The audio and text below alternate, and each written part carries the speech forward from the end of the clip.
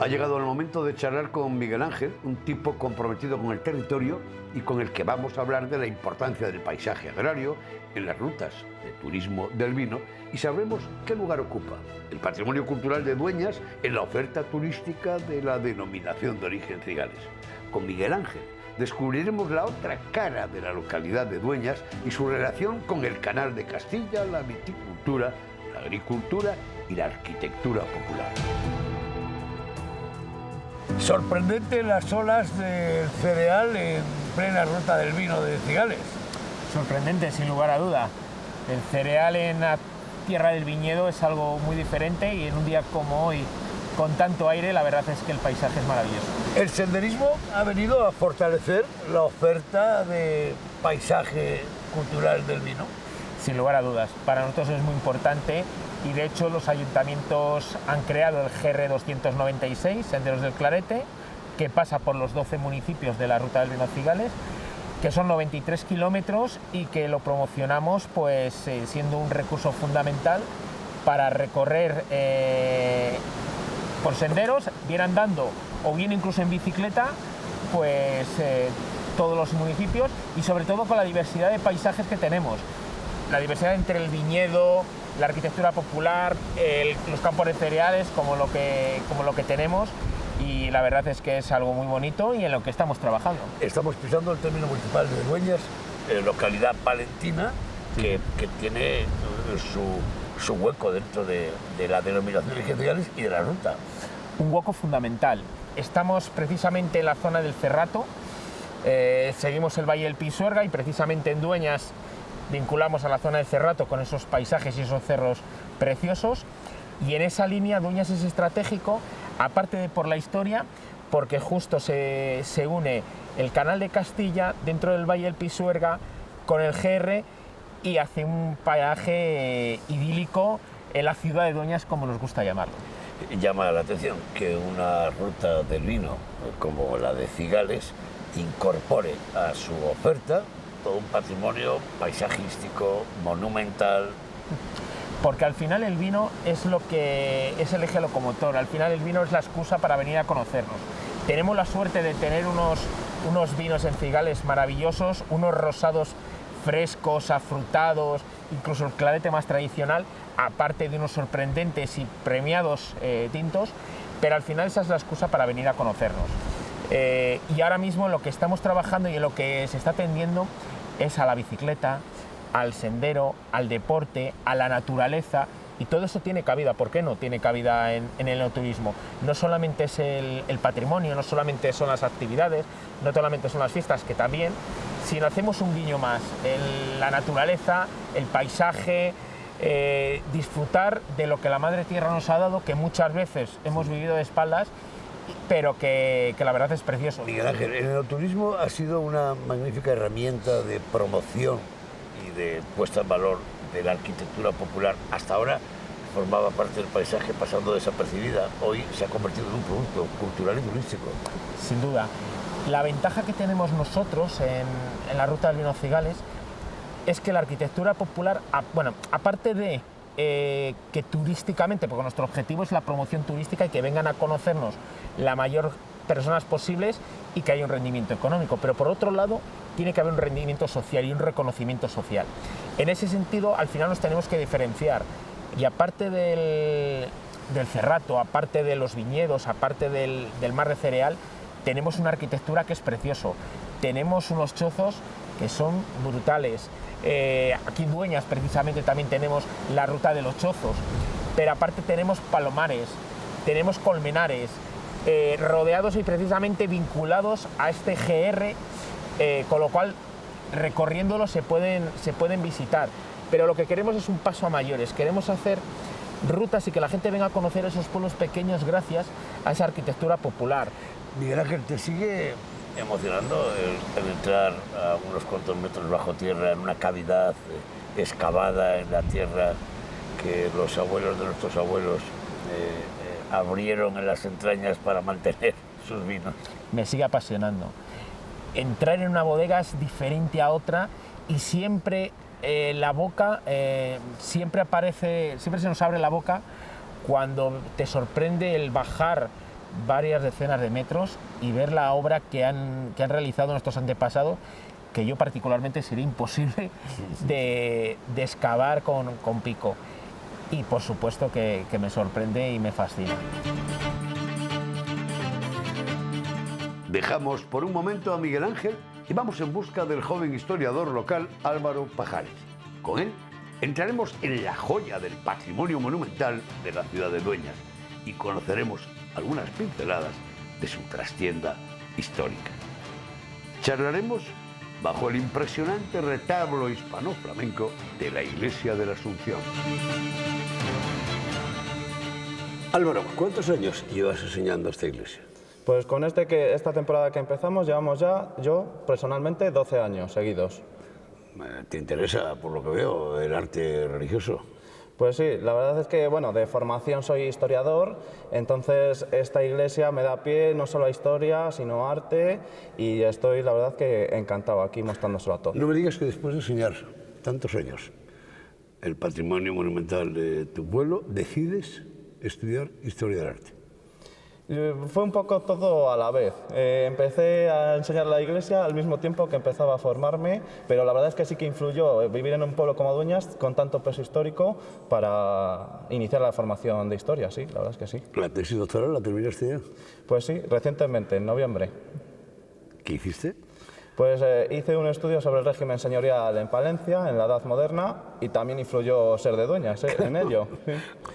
Álvaro, muchos de nosotros pasamos por la autovía, cada vez con más velocidad, y sabemos que hay un monasterio de la Trapa y que hay una localidad que es Dueñas. Y por cierto, siempre veíamos un botijo.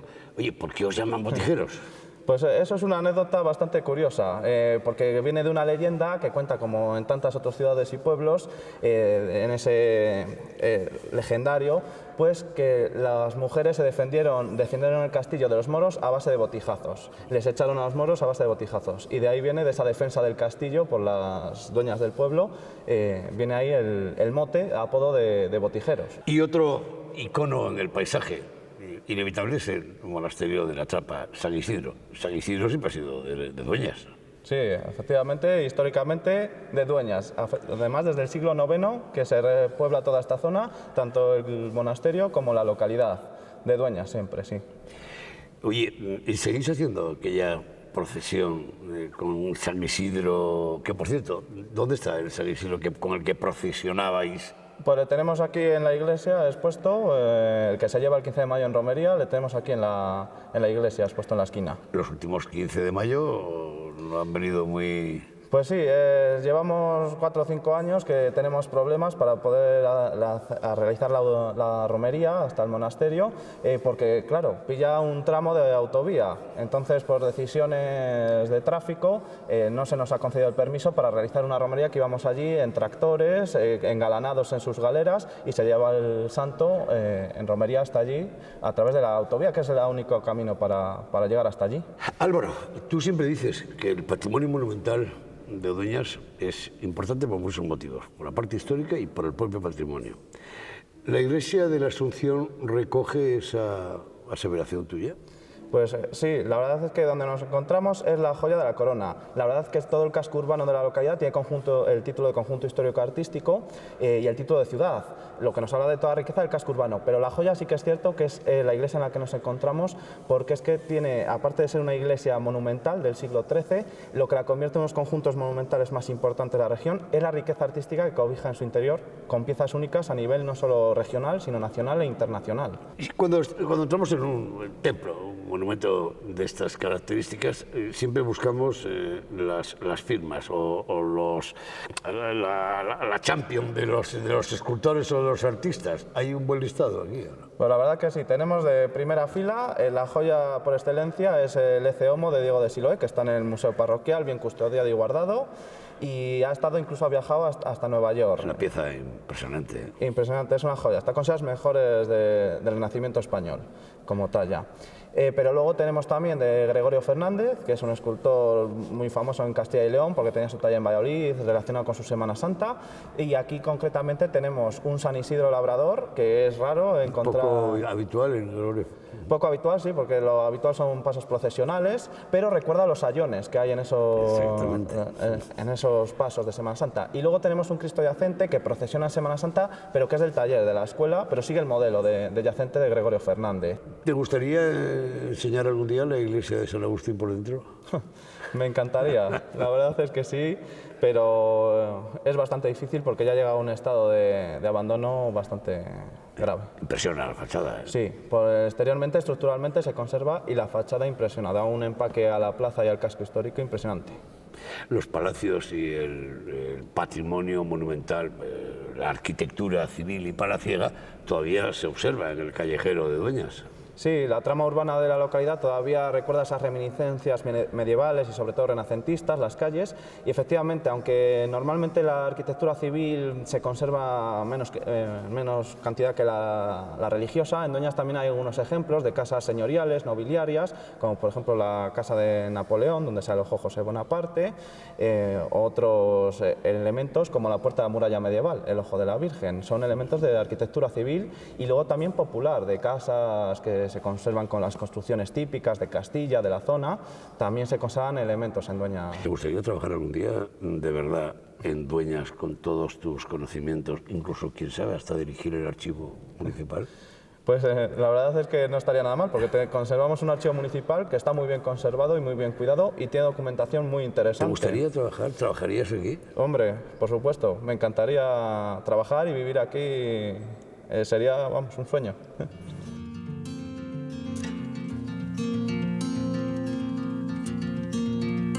Volvemos de nuevo con Miguel Ángel García.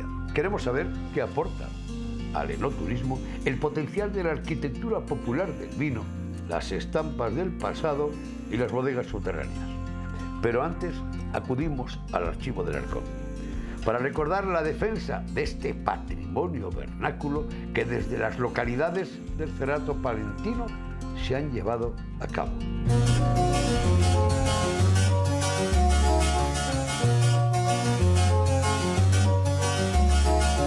Fernando, en Baltanás no podéis negar que sois hijos de la cultura del vino, ¿eh? No, desde luego. Estamos en el barrio de bodegas, uno de los más grandes del Cerrato y de toda España. No hay un pueblo del Cerrato que no tenga su barrio de bodegas. Generalmente adosados a un cerro, pero también en llano. Desafortunadamente la provincia de Palencia es la que se quedó con menos viñedo de todas las provincias de Castilla y León.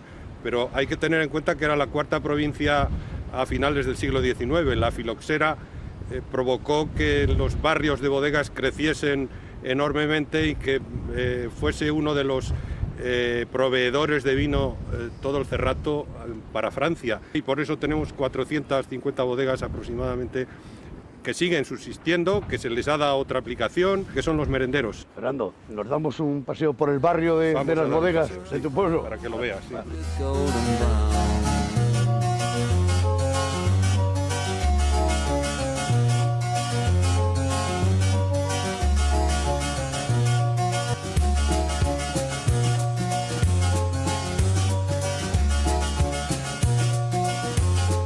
Decimos adiós a Baltanás para dirigirnos a la localidad cerrateña de Torquemada, a orillas del río Pisuerga. Conoceremos uno de los ejemplos de arquitectura popular del vino más interesantes de España.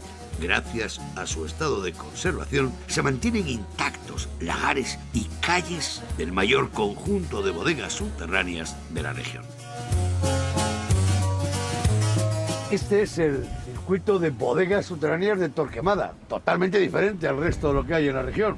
Sí, efectivamente, hemos estado en el de Baltanás, que está construido en cerro, con el castillo antiguo arriba. El ejemplo de Torquemada es totalmente diferente y probablemente uno de los únicos que existen en España construidas las bodegas en llano, extrayendo la tierra del interior de la bodega y colocándola encima del trazado subterráneo de la propia bodega, con lo cual se forman unos tumbos, o como se denominan aquí, parvas, que le dan un aspecto muy característico, sobre todo en una visión aérea de todo el barrio.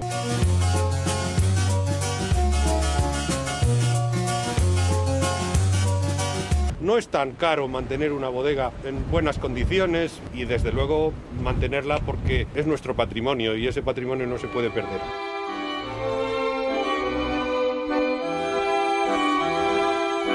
Miguel Ángel, todas esas bodegas subterráneas, todos esos barrios de bodegas, todas esas iniciativas que en los últimos años en distintas zonas de Castilla y León han defendido el patrimonio de la arquitectura popular del vino, ¿tienen mucho que ver con el enoturismo o no?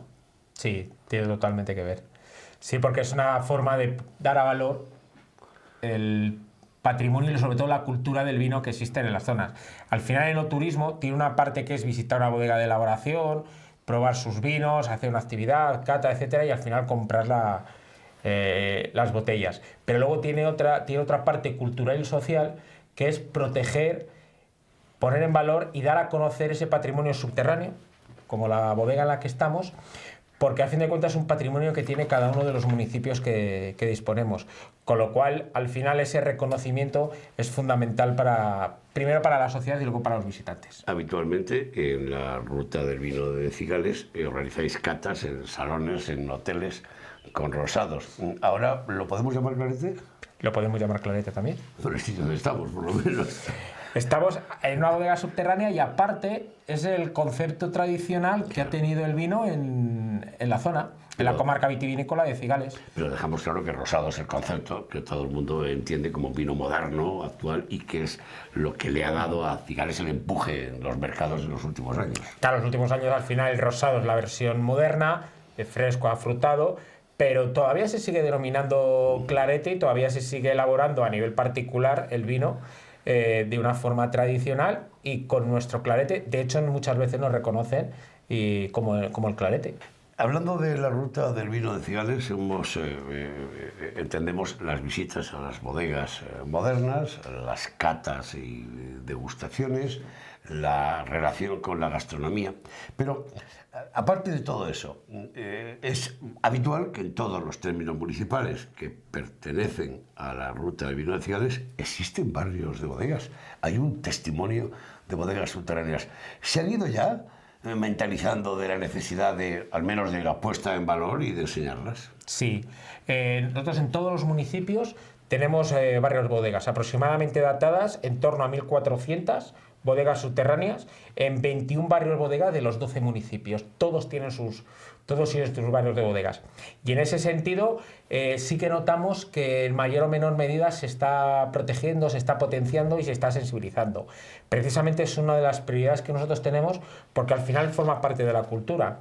Incluso los propios bodegueros de la ruta del vino fabricaron vino, elaboraban vino. Claro. En este tipo de bodegas, claro. Con sus antepasados. Entonces forma parte de la idiosincrasia de la ruta del vino. ¿Vendemos bien esa historia desde la filosera hasta nuestros días del entorno de la denominación de origen Cigales? No, todavía no lo hemos vendido como creo que debemos. No solamente nosotros, sino en general. Creemos que estas joyas subterráneas hay que ponerlas en valor, no solamente, por ejemplo, a nivel de gestión de los restaurantes, sino de los vinos que se elaboran en estas bodegas, sino también conocer la historia de cada barrio de bodegas. Es uno de los trabajos en los que estamos inmersos dentro de la ruta, en un proyecto muy apasionante que es Raíces del Vino. Y entonces lo que nosotros buscamos también es inventariar, estudiar y conocer la historia de cada barrio de bodegas, que es totalmente diferente. Cualquiera de las 4 que tenemos aquí en Dueñas, por ponerte ejemplo, como las que tenemos aquí cerca, por ejemplo, en Valor de la Buena, en Cubilla, Santa Marta, etcétera. Todavía nos queda mucho por conocer y sobre todo con el objetivo de convertir los barrios de bodegas en recursos turísticos. Pero para ello, primero tiene que estar la conciencia social y tiene que estar el reconocimiento. Hay una estampa en blanco y negro de esta zona que hasta no hace mucho se involucraba el Canal de Castilla y sus barcazas, las líneas del tren y las estaciones de tren con el traslado de los vinos, aparte de estampas costumbristas del que llevaba la correduría, de los pellejeros, de los boteros. ¿Todo eso le gusta al público cuando viene? Después de ver una bodega moderna. Sí, la gente cuando viene lo que quiere es que le cuentes verdaderamente lo que hay, o sea, lo que tenemos, que no inventemos nada. Y el tema del vino es mucho más sencillo de lo que nos parece. En este sentido, nosotros tenemos la suerte de que el Canal de Castilla está prácticamente a 400 metros de esta bodega. De hecho, las vigas venían con las barcazas, paraban en la esclusa y las traían aquí, porque era lo más sencillo.